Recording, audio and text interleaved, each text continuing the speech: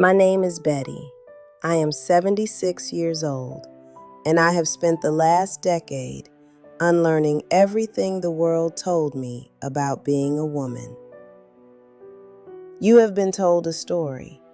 You've seen it in the movies, you've heard it from your doctors, and you've likely seen it in the eyes of your own children. It's the story that says after 60, the lights go out. That life becomes a series of subtractions, less energy, less beauty, less intimacy. They want you to believe that once the act of being young is over, the play is finished. They think it is a lonely time. They think it is a sad time. They look at us and see a house with the curtains drawn, and they assume no one is home. I believe them. For a long time, I sat in that dark house. I thought that because my body was changing, my soul was supposed to shrink along with it. But here's the secret I discovered at 76. The secret your doctor won't tell you, and the movies never show. Nothing was broken. I just hadn't been given the real story. If you are 40, 60, or even 80, and you feel a quiet fear about what happens next, stay with me, because in the next few minutes, I want to share the 5 things I wish I had known before the quiet started. I am not a scientist. I am just a woman who finally stopped fighting the tide and started learning how to swim. We fear getting older because we fear being lonely. But have you ever asked yourself why we feel lonely? It's because we were taught that intimacy and sex are the same thing. We were taught that if one stops, the other must vanish. I believed that for 40 years. When my husband passed, I thought the warmth was gone forever. I thought the feeling of being wanted was a luxury I could no longer afford. But I was wrong. I was looking for the sun in the middle of the night. What I found instead was something much deeper. Something that changed the way I wake up every morning. But to understand it, you have to let go of the old script first. I realized that if I wanted to find peace, I had to stop looking at my life through the eyes of a 20-year-old. I had to learn the new rules. Here's the first thing I learned, and it changed everything. Loneliness is not about the absence of a person. It is about the absence of being seen. When I was younger, I thought being seen meant someone looking at my body. I thought it meant being desired in that loud, frantic way. But when that noise stopped, I discovered a much deeper form of closeness. It's the feeling of being truly known by a friend, by a sister, or most importantly, by yourself. That feeling doesn't have an expiration date. In fact, it gets stronger when the distractions fade away. The second truth, pleasure doesn't disappear. It just moves. When you're young, pleasure is like a thunderstorm. It's loud, it's fast, and it demands your attention. But as we age, it becomes like the tide.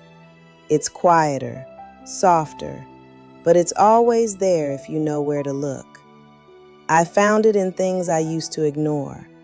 A warm cup of tea on a morning when the house is still. The way the light hits the floorboards at 4 p.m. A conversation that lasts 3 hours and leaves your soul feeling full. We are taught to chase the loud pleasure, so we miss the quiet joy that is actually more sustainable. Third, and this one is for everyone who feels like they are just waiting for the end. You are never too old to want things. Society whispers in our ears, "You've had your turn. Be grateful. Just sit still now." No, you are allowed to want joy. You are allowed to want a new career, a new hobby, or a new love at 80. I didn't start my best work until I was 68. I wish I had known at 40 that I didn't have to wrap things up just because a certain decade arrived. If you're feeling stuck, ask yourself, is it your body that's tired? Or is it just your heart following a script that was written by someone who doesn't even know you? Stay with me because the last two truths are the ones that finally broke the walls of my prison down. And the last one is the secret to why I wake up smiling at 76. The fourth thing I had to learn, and this was the hardest, is that being alone is not the same as being lonely. After my husband passed, I was terrified of the silence. I filled the house with the television, with phone calls, with anything to drown out the quiet. But one day, the power went out. It was just me and the garden. And for the first time, I actually heard myself think. I realized that the silence wasn't empty, it was full.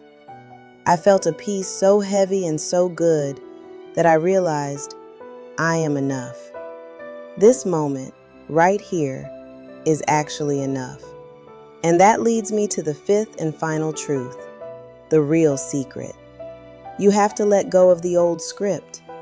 We all carry a timeline in our heads.